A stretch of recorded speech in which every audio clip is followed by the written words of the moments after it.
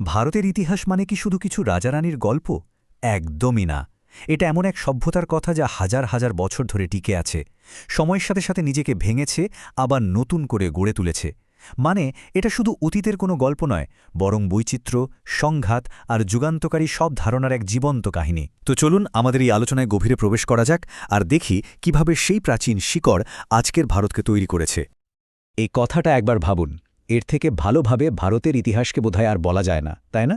যেন প্রত্যেকটা সুতো দিয়ে একটা রাজবংশকে বোনা হয়েছে, প্রত্যেকটা রং যেন এক একটা নতুন চিন্তা বা ধারণা। আর এই পুরো কার্পেটটাই হলো সেই সভ্যতা, যেটা ক্রমাগত কন্টিনিউয়াসলি নিজেকে নতুন করে বুনে চলেছে।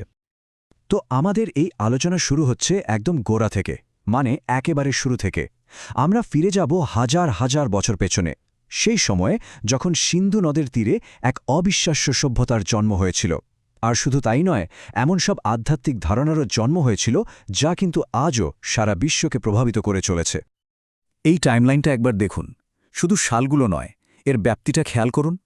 প্রায় ২৬০০ খ্রিস্টপূর্বাব্দে সিন্ধু সভ্যতা, তারপর ১৫০০ খ্রিস্টপূর্বাব্দে বৈদিক যুগ, আর তারপর ৬০০ খ্রিস্টপূর্বাব্দে বৌদ্ধ আর জৈন ধর্মের উত্থান। মানে প্রায় ২০০০ বছরের একটা বিশাল সময়। এই সময়ের মধ্যেই ভারত একটা উন্নত নগর সভ্যতার পর্যায় থেকে সরে গিয়ে গভীর দার্শনিক আর আধ্যাত্মিক চিন্তাভাবনার একটা কেন্দ্র হয়ে উঠেছিল। আর সত্যি বলতে কি, এই সময়টাই কিন্তু ভারতের ভবিষ্যতের ভিতটা তৈরি করে দিয়েছিল। সিন্ধু উপত্যকা সভ্যতা, এটা কিন্তু বিশ্বের প্রথম দিকের নগর সভ্যতাগুলোর একটা। ভাবা যায় গ্রিডের মতো সাজানো রাস্তা, অসাধারণ ড্রেনেজ সিস্টেম, বিশাল বাণিজ্যিক নেটওয়ার্ক। এর ইঞ্জিনিয়ারিং আর অ্যাডমিনিস্ট্রেটিভ স্ট্রাকচারটা দেখলে সত্যিই অবাক হতে হয়। কিন্তু সবচেয়ে বড় রহস্যটা কি জানেন? এত উন্নত একটা সভ্যতা হঠাৎ করে কিভাবে হারিয়ে গেল তা আজও পুরোপুরি স্পষ্ট নয়। এরপর খ্রিস্টপূর্ব ৬ষ্ঠ শতকে ভারতে যেন একটা আধ্যাত্মিক বিপ্লব ঘটে গেল, মানে একটা বিরাট পরিবর্তন। একদিকে ছিল বৈদিক ব্রাহ্মণ্যবাদ, যেখানে খুব জটিল সব আচার অনুষ্ঠান, যজ্ঞ আর কঠোর বর্ণপ্রথার উপর জোর দেওয়া হতো।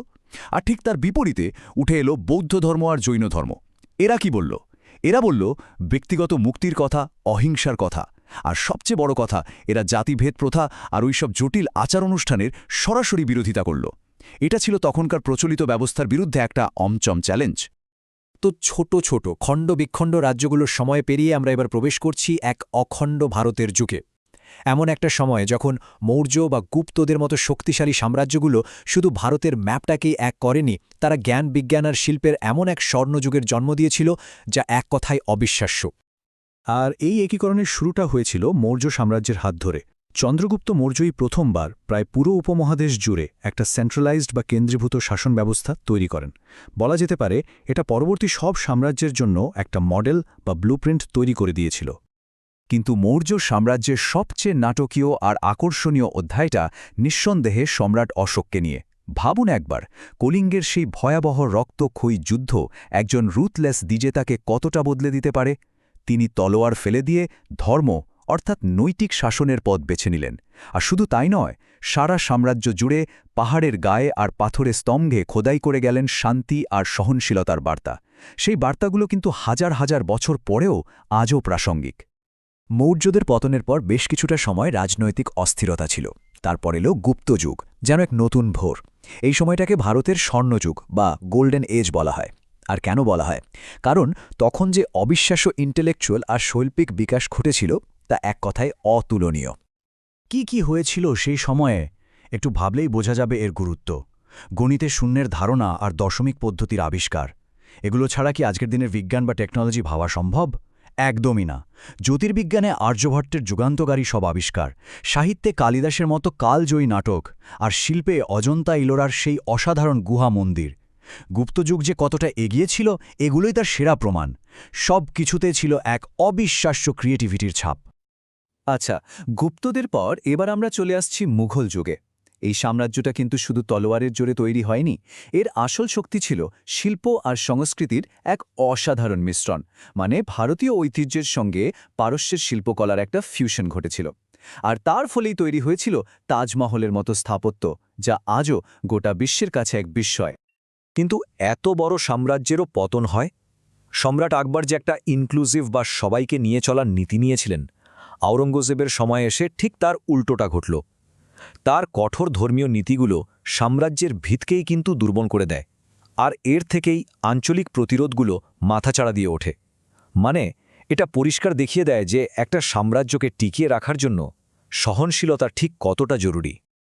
তো সাম্রাজ্যের উত্থান পতনের পর এবার আমরা এই আলোচনার একটা কেন্দ্রীয় দ্বন্দ্বে প্রবেশ করছি। সময়টা হলো যখন ইউরোপীয় শক্তিরা এখানে আসতে শুরু করে, আর তার ফলে শুরু হয় স্বাধীনতার জন্য এক দীর্ঘ আর নাটকীয় সংগ্রামের ইতিহাস। শুরুটা কিন্তু হয়েছিল ব্যবসা বাণিজ্য দিয়ে।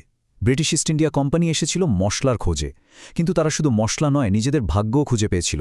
1757 পলাশির যুদ্ধ থেকে শুরু করে 1857 মহাবিদ্রোহ পর্যন্ত ধাপে ধাপে, কখনো কূটনীতি আর কখনো বন্দুকের জোরে, একটা বাণিজ্যিক কোম্পানি হয়ে উঠল গোটা উপমহাদেশের শাসক। অবিশ্বাস্য ব্যাপার, তাই না? ব্রিটিশ সাম্রাজ্যের সেই বিশাল সামরিক শক্তির বিরুদ্ধে ভারত কিন্তু এক অভিনব অস্ত্র তুলে ধরেছিল, আর সেটা হল সত্যাগ্রহ, অর্থাৎ সত্যের শক্তি। মহাত্মা গান্ধীর এই অহিংস আইন অমান্যের দর্শনটা এতটাই শক্তিশালী ছিল যে এর প্রভাব শুধু ভারতেই থেমে থাকেনি। এটা মার্টিন লুথার কিং জুনিয়র থেকে শুরু করে নেলসন ম্যান্ডেলা পর্যন্ত সারা বিশ্বে যত নিপীড়িত মানুষ ছিল তাদের সংগ্রামের অনুপ্রেরণা হয়ে উঠেছিল। শুধু একটা সংখ্যা দেখুন, 240 মাইল। এটা ছিল 1930 সালের ডান্ডি মার্চের দূরত্ব। ব্রিটিশদের লবণ করের বিরুদ্ধে একটা প্রতীকী প্রতিবাদ, যা লক্ষ লক্ষ মানুষকে একজোট করেছিল। এই একটা সংখ্যায় বুঝিয়ে দেয় সেই প্রতিবাদের বিশালতা আর মানুষের আত্মবিশ্বাসটি কোন পর্যায়ে ছিল। এটা ছিল সাধারণ মানুষের অসাধারণ শক্তির এক দারুণ উদাহরণ।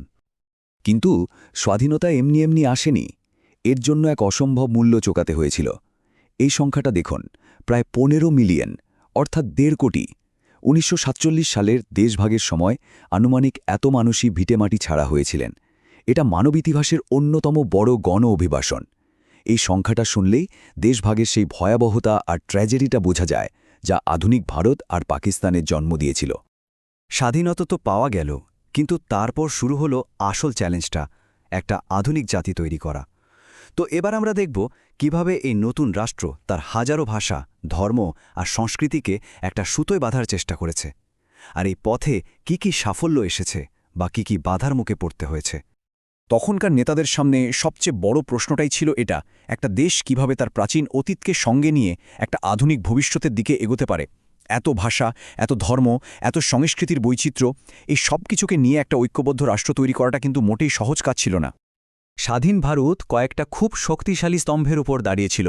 1950 সালে একটা সার্বভৌম, ধর্মনিরপেক্ষ আর গণতান্ত্রিক সংবিধান গ্রহণ করা হলো। অর্থনৈতিকভাবে স্বনির্ভর হওয়ার জন্য রাষ্ট্রীয় উদ্যোগে শিল্পায়ন শুরু হলো। আর সেই ঠান্ডা যুদ্ধের সময়ে আমেরিকা বা সোভিয়েত ইউনিয়ন কোনো দিকে না ঝুঁকে ভারত জোট নিরপেক্ষ নীতি বা নন অ্যালাইনমেন্ট পলিসি নিল। এর মাধ্যমে বিশ্ব রাজনীতিতে ভারত নিজের জন্য একটা আলাদা জায়গা তৈরি করে নিয়েছিল। আর দেশের ভেতরে আঞ্চলিক পরিচয়কে সম্মান জানাতে ভাষার ভিত্তিতে রাজ্যগুলোকেও নতুন করে সাজানো হয়েছিল। এরপর আধুনিক ভারতের ইতিহাসে আসে আরেকটা টার্নিং পয়েন্ট, 1991-এর অর্থনৈতিক সংস্কার। এই সংস্কারের মাধ্যমে ভারতের অর্থনীতিকে বিশ্বের জন্য খুলে দেওয়া হয়। উদারীকরণ আর বিশ্বায়ন, এই দুটো জিনিস ভারতকে একটা সম্পূর্ণ নতুন পথে নিয়ে যায়। এর ফলে দেশে দ্রুত অর্থনৈতিক প্রবৃদ্ধি হয় আর একটা নতুন মধ্যবিত্ত শ্রেণীরও জন্ম হয়। এর প্রভাব কিন্তু আমরা আজও দেখতে পাই। তো ভারতের এই হাজার হাজার বছরের ইতিহাস থেকে আমরা কি শিখলাম? এটাই যে অতীত আসলে কখনো মুছে যায় না, বরং সেটা সবসময় বর্তমানের মধ্যেই বেঁচে থাকে আর ভবিষ্যতের পথ দেখায়। একটা সভ্যতার আসল শক্তি হয়তো এটাই, তার গভীর শিকড়কে ধরে রেখে নতুনকে গ্রহণ করার ক্ষমতার মধ্যে একটা আশ্চর্য ভারসাম্য তৈরি করা। আর ভারতের ইতিহাস ঠিক সেই ভারসাম্যেরই গল্প।